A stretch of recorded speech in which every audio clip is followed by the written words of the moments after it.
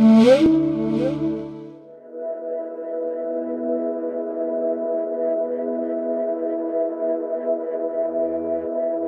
श्री राम। आपने बहुत अच्छा प्रश्न किया कि पैसा कमाने में सुख है या नहीं है। पैसा कमाने का सुख का नाम स्वांतः सुख है कि नहीं है? वाकई में है, क्योंकि अर्थ तो साक्षात लक्ष्मी है, लेकिन जिस पैसे को कमाते हुए किसी को दुख न हो और पैसा कमाने के पश्चात भी भावना यही रहे कि ये संपत्ति सब रघुपत की आही, जो भी मेरे पास संपत्ति है सब गोविंद की है। भावार्थ एक प्रसंग के द्वारा बता रहा हूं। एक राजा का बार बार वैराग्य जागृत हो रहा था और वो विचार कर रहा था कि मुझे वैराग्य में जाना है, लेकिन पुत्र बहुत छोटा है, मैं क्या करूं। उनके पुत्र नहीं था। जब पुत्र है नहीं तो मैं राज्य किसको दूं, और राज्य दूं तो उसके लिए कोई पात्र व्यक्ति चाहिए। तो एक दिन गुरुदेव के पास गए। गुरुदेव, मैं राजगद्दी देकर के भजन करने के लिए संसार में जाना चाहता हूं। तो गुरुदेव कहने लगे, राजन, सुख की प्राप्ति के लिए तो राज्य होता है, तो आप जंगल में जाकर के दुख उठाने के लिए क्यों जाते हो? महाराज, ये स्थिर सुख नहीं है। भोगे रोग भयम, राजा बना हुआ हूं तो यहां भोगासक्ति हो जाती है, और जितने भोग भोगते हैं वो भोग ही रोग उत्पन्न करते हैं। तो मैं चाहता हूं कि मैं कोई श्रेष्ठ व्यक्ति को ये उत्तराधिकार दे दूं, वो राजकाज कर ले। वो राजकाज करेगा तो मैं कामकाज करूंगा। राजन, आप कैसे जीवन चलाओगे? बोले, जीवन चलाने के लिए कोई काम कर लूंगा। तो राजन, यदि आप ठीक समझते हो तो ये राजगद्दी क्या मुझे दे सकते हैं आप? बोले, इससे बढ़िया तो कोई बात नहीं। गुरुदेव, आपसे बढ़िया दुनिया का कौन पात्र होगा जो मेरा आदर्श है, मेरा सर्वस्व है। यदि उनके हाथों में राजकाज आ जाता है तो क्या आप राजकाज संभालने को तैयार हैं? बोले, मैं तैयार हूं। ठीक है। बोले, तुम राजगद्दी छोड़ना ही चाहते हो? बोले, मैं बिल्कुल छोड़ना चाहता हूं, क्योंकि मुझे राजकाज में अब सुख नहीं मिल पा रहा है।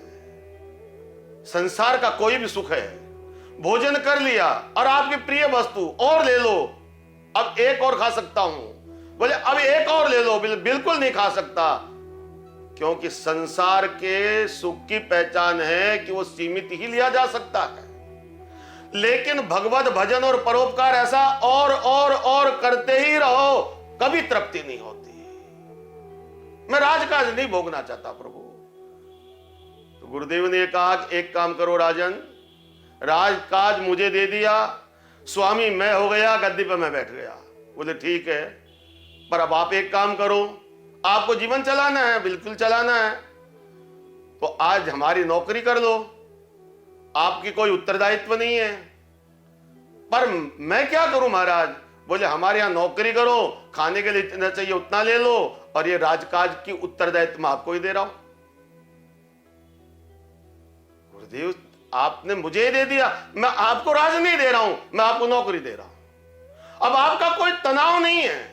राज में हानि होगी, लाभ होगा, उत्पात होगा, युद्ध होगा, आप एक व्यवस्थापक हैं, और 1 साल के लिए दे रहा हूं। अभी गुरुदेव ने 1 साल का उत्तरदायित्व उनको दे दिया।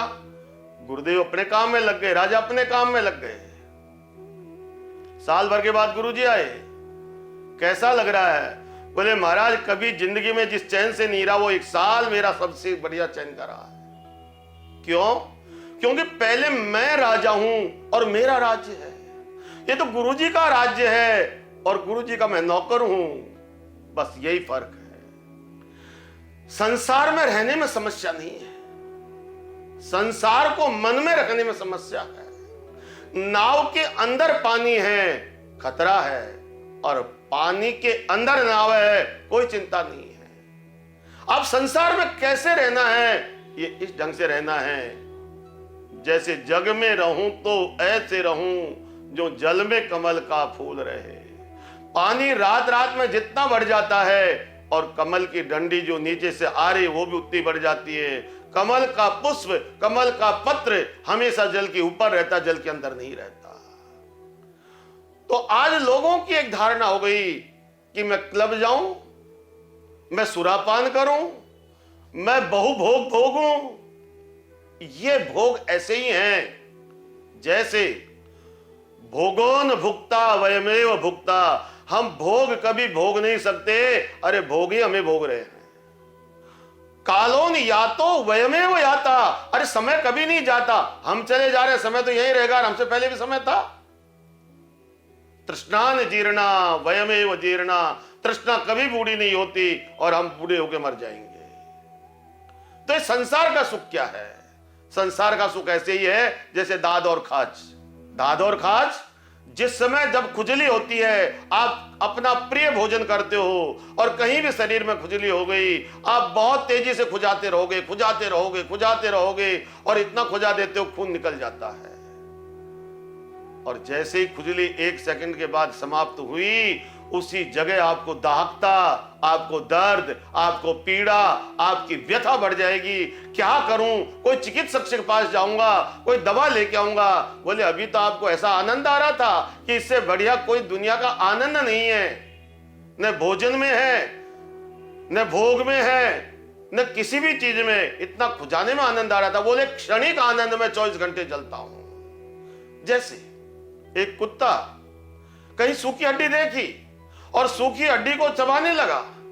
अब हड्डी तो सूखी थी, उसमें तो कोई स्वाद था नहीं, लेकिन हड्डी को इतनी जोर से दबाया कि उसके दांत के अंदर से खून आने लगा। कुत्ते को स्वाद आने लग गया। कुत्ता स्वाद लेता है, जोर से दबा रहा है, दांत टूटने को तत्पर है, खून दांत से निकल रहे हैं। कुत्ते को मजा आ रहा है कि मैं शायद इस हड्डी में से स्वाद ले रहा हूं। स्वाद कहां से ले रहा है? स्वाद तो उसी का खून पी करके आ रहा है उसको। बस यही महत्व है। चाहे क्लब में जा रहे हो आप, चाहे सुरापान कर रहे हो आप, चाहे परपीड़ा देख के सुख को भोग रहे हो आप, वो भोग नहीं है। वो भोग ही आपके लिए रोग बन जाएगा, वो भोग ही आपके लिए व्याधि बन जाएगा। पर पीड़ित करके जो भी सुख आप प्राप्त कर रहे हो, वो पर पीड़ा दिया हुआ व्यक्ति ही नेगेटिविटी दे करके, नकारात्मकता दे करके हमारी अंतर आत्मा जिस चीज को स्वीकार नहीं कर रही है, तो अंतर आत्मा के ऊपर जब बहुत पीड़ा पहुंच जाती है, तो अंतर आत्मा व्याकुल होकर के, व्यथित होकर के हमारे चित्त को अशांत कर देती है। और अशांत व्यक्ति कभी सुखी नहीं रह सकता। अशांतस्य कुतः सुखम, अशांत व्यक्ति को कहीं भी सुख नहीं मिलता। इसलिए सांसारिक भोग को स्वांत सुखाय कदापि नहीं कह सकते। पर सुख देख जरन सोई क्षयी, रामचरितमानस में लिखा है। जब व्यक्ति केवल अपने सुख के लिए निरंतर चेष्टा करता है, तो दूसरे के सुख से जलने लग जाता है। और दूसरे से सुख से जलने वाला व्यक्ति जीवन में कभी भी प्रसन्न रह नहीं सकता। क्रोध आता है, क्रोध तो 2 मिनट के लिए आगे चला जाता है, लेकिन क्रोध के कारण आने से पहले और जाने के बाद जो जलन है वो जलाती रहती है, छार छार कर देती है। इसलिए जीवन में सतर्क रहें, सावधान रहें। संसार के वस्तुओं का उपयोग करने का अधिकार है, उपभोग करने का अधिकार नहीं है। उपयोग करेंगे तो हम अपने साथ साथ 4 जनों को साथ लेकर करेंगे।